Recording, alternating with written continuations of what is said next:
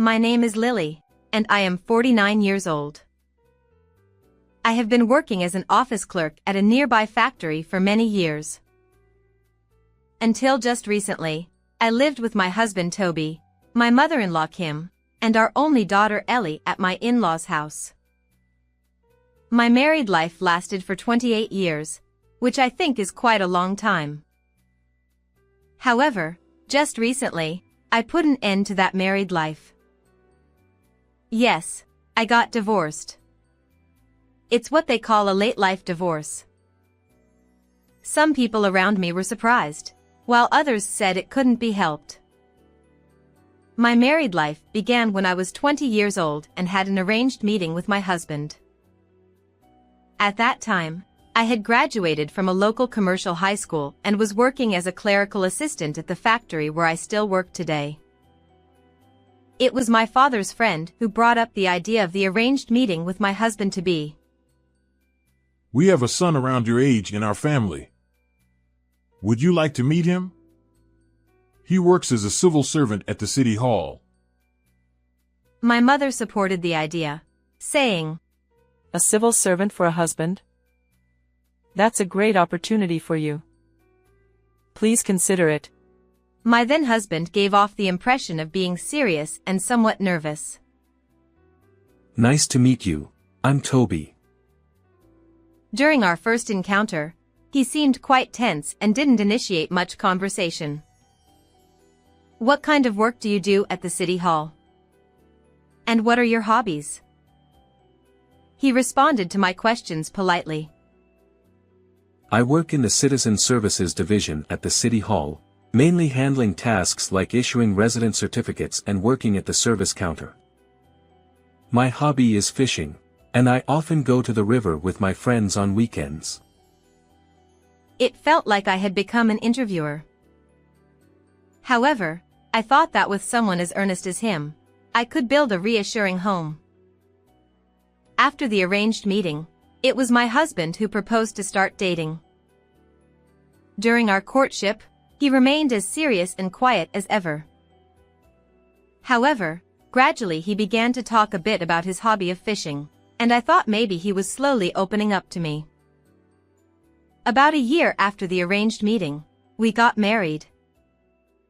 Since he was an only child, I moved into my in-laws' house right after the wedding. At the arranged meeting, my mother-in-law remained silent, showing little interest and simply observing quietly, seemingly overshadowed by my father's friend. And because we hardly had any chances to meet during our courtship, I didn't know much about her. I assumed she might be as earnest as my husband. But that was a big mistake. My mother-in-law turned out to be a person full of problems. On the day I moved into my in-laws' house, my mother-in-law confronted me directly. "Now that you're married into this family, you must serve both me, your mother-in-law, and your husband, Toby, diligently. Backtalk will not be tolerated," she said. I was taken aback by her sudden arrogance, but I replied in confusion. "I may be inexperienced, but please treat me kindly." And then, from the next morning, my life changed completely. I was awakened at 4 a.m. to clean the house, prepare breakfast, and make my husband's lunch. Of course, I wasn't allowed to sit and eat breakfast. My mother-in-law said, "A daughter-in-law should eat standing up in the kitchen."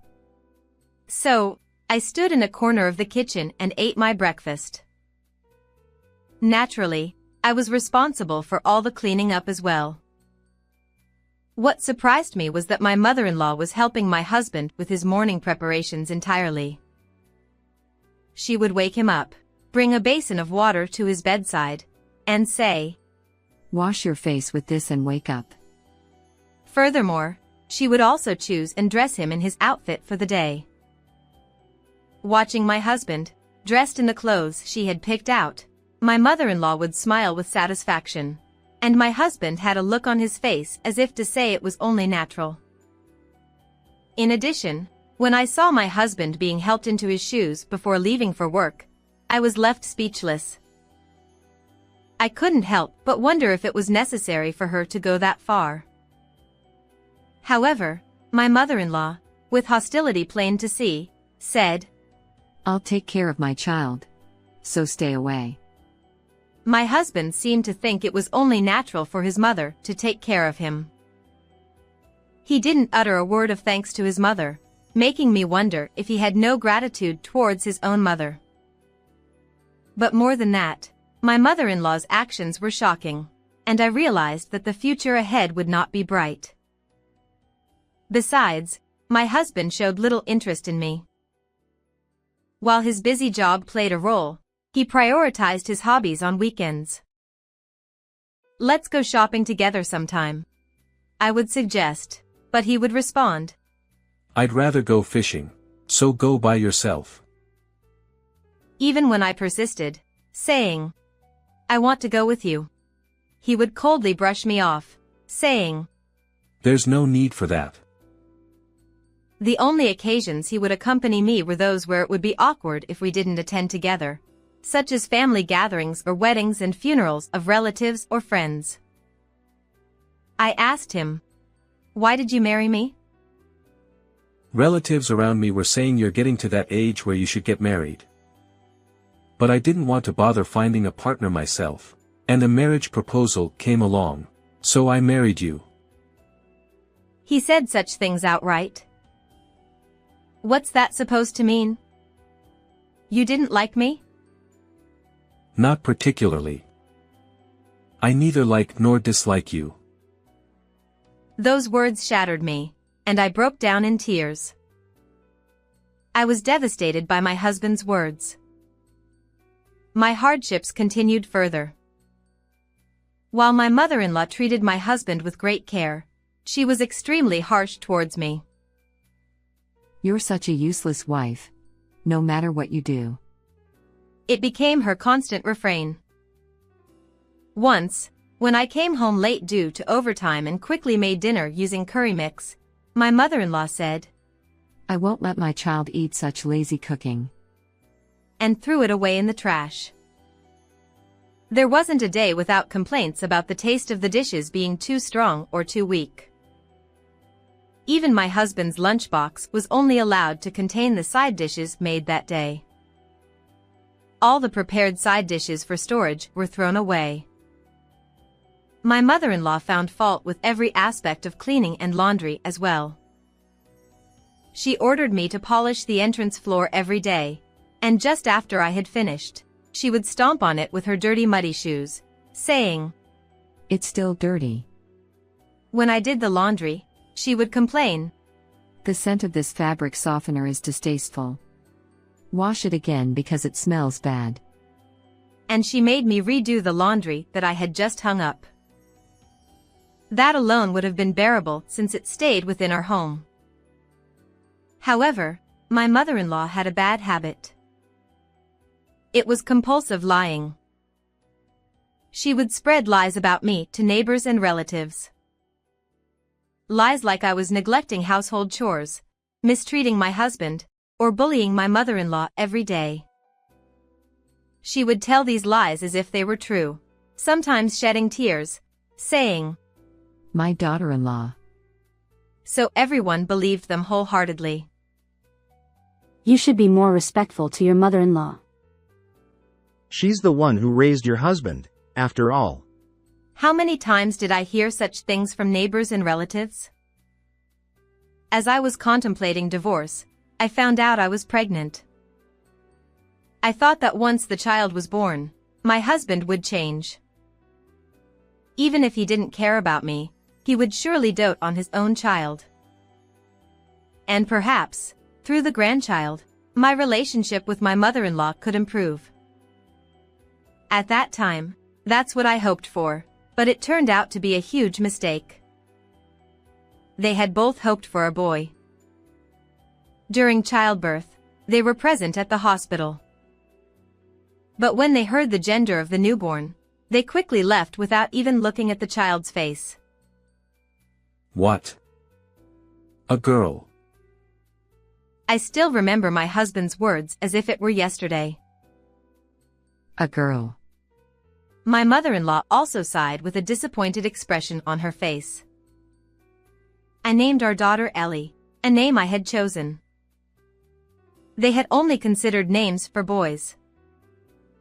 It seemed that my husband dreamed of going fishing with a son, and my mother-in-law wanted a grandson who resembled my husband. Therefore, neither my husband nor my mother-in-law paid any attention to my daughter. But at that time, I believed that as they spent time together, affection would grow, and they would come to cherish her. My husband did contribute to our daughter's education expenses and attended necessary events as a father. However, it was merely fulfilling the obligation of this is what parents should do due to societal expectations. While there was no abuse, there was a significant lack of emotional connection between parent and child. My mother-in-law was the same, and as our daughter grew, she also distanced herself from my husband and mother-in-law. I've thought about divorce many times, but despite being such a husband, he does fulfill the minimum duties as a father. Perhaps having a father around might be better for handling unforeseen circumstances in the future, something I, as a mother, might not be able to handle alone. Plus, he earns more than I do. Thinking about the future expenses for our daughter, I couldn't easily go through with a divorce. When my daughter reached high school age, she seemed to sense my situation. It's okay to divorce Dad. I'll get a part-time job, she said. But even if I wanted to divorce and return to my parents' home, they had already passed away, and I only had my brother and his wife, so I would just be a burden if I went back. I struggled every day, juggling household chores, work, and taking care of my daughter. However, the event that finally put an end to that life happened when my daughter became an adult and started working. It all started with my mother-in-law's hospitalization.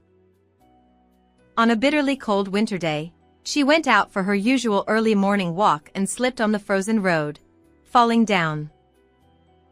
Unable to move, she was found by a newspaper delivery person who called for emergency assistance. Both my husband and I took urgent leave from work and rushed to the hospital. However, when the doctor informed us, given her age, her bones and muscle strength are weakened. Even if she recovers, it's uncertain whether she'll regain full mobility. My husband, indifferent, simply responded with, "Oh, I see. And then he said, Please discuss the rest with my wife." I was left to handle everything. My husband didn't even visit my mother-in-law at the hospital.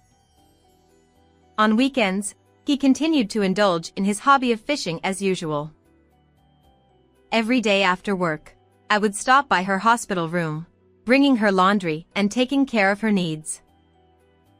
However, my mother-in-law complained to the attending nurses. My daughter-in-law is really thoughtless and unhelpful. It's troubling. The nurses tried to reassure her. Having someone visit every day is wonderful. You have a good daughter-in-law.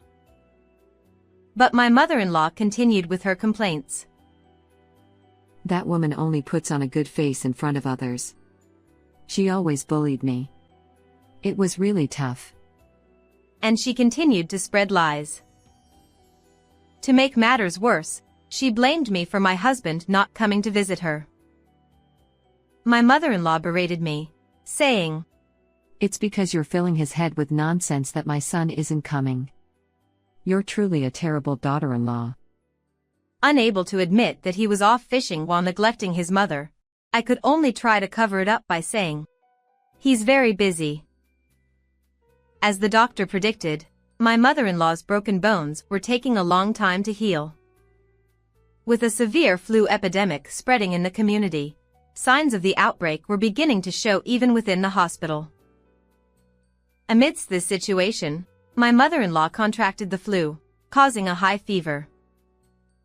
Even in such circumstances, my husband remained indifferent. How can you go fishing when your own mother is in danger? Show some concern for your mother. I admonished him. But my husband replied, I told you to handle it. And continued going fishing. I couldn't help but deeply despise him for his heartlessness, despite how well my mother-in-law had treated him. And then, an incident occurred that made me completely fed up with my husband. On a weekend morning, as my husband was once again preparing to go fishing, I caught him at the front door and said firmly, Today, you're absolutely going to visit your mother. After all the care she has shown you, the least you can do is pay her a visit. But my husband looked truly disgusted and replied, That was her own choice. I never asked her to do anything for me. I was speechless at his words. I couldn't believe it. Ignoring my stunned silence, my husband continued, My fishing buddies are waiting for me. I won't be back until the day after tomorrow. And walked out the door. Watching him leave, my daughter muttered with genuine disgust, Dad, that's just too much. That night, I received a call from the hospital informing me that my mother-in-law's condition had deteriorated critically. I rushed to the hospital immediately.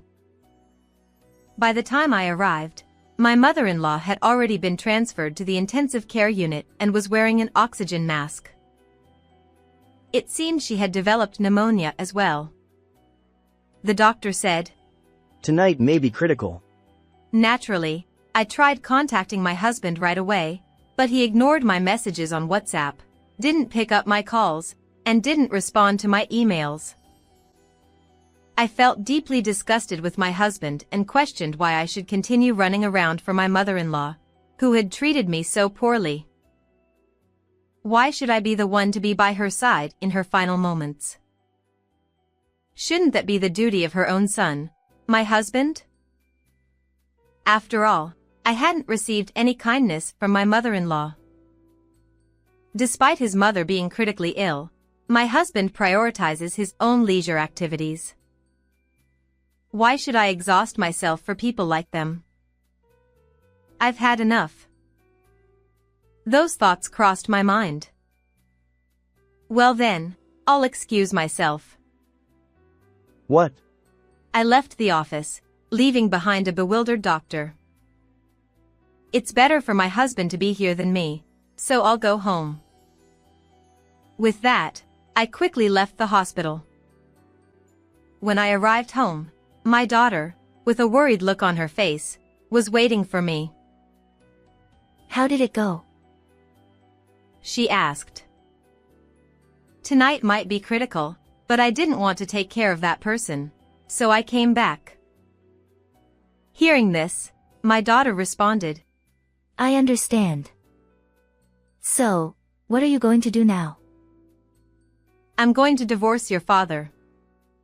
You're grown up now. That sounds good. If you divorce, I'll live on my own. I've been worried about you all this time. I see. Thank you. The next day, we left my in-laws' house early in the morning. Though it might have been a bit uncomfortable, we decided to go back to our parents' house.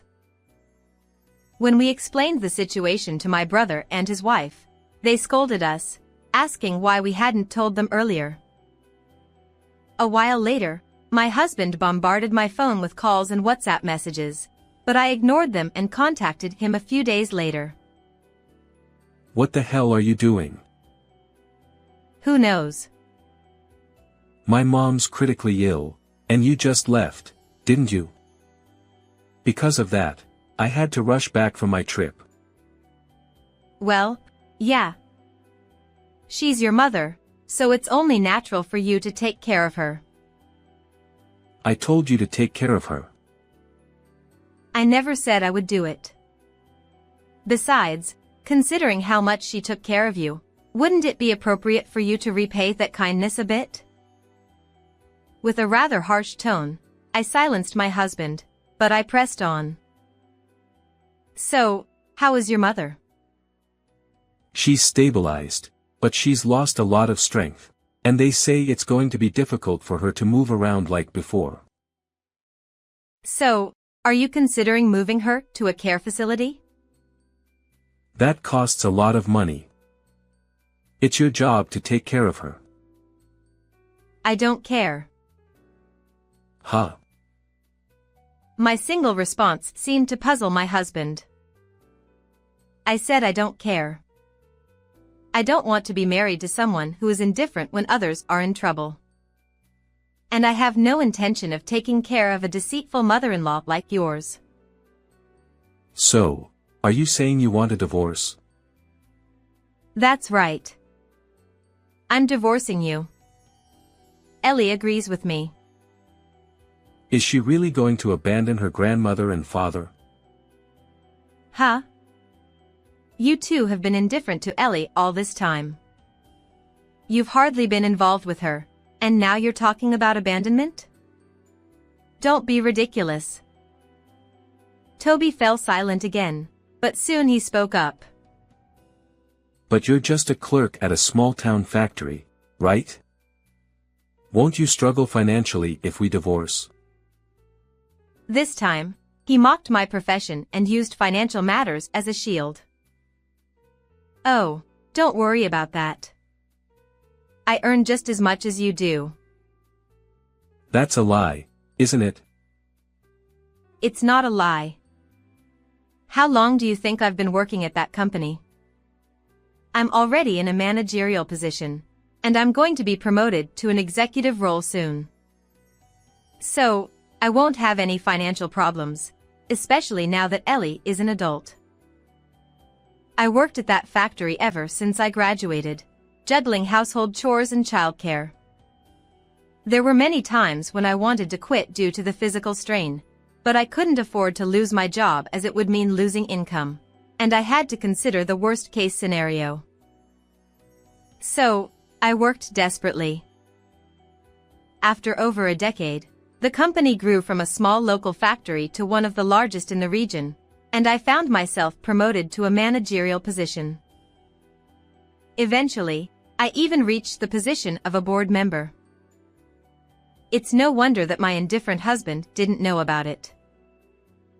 His only concern was fishing.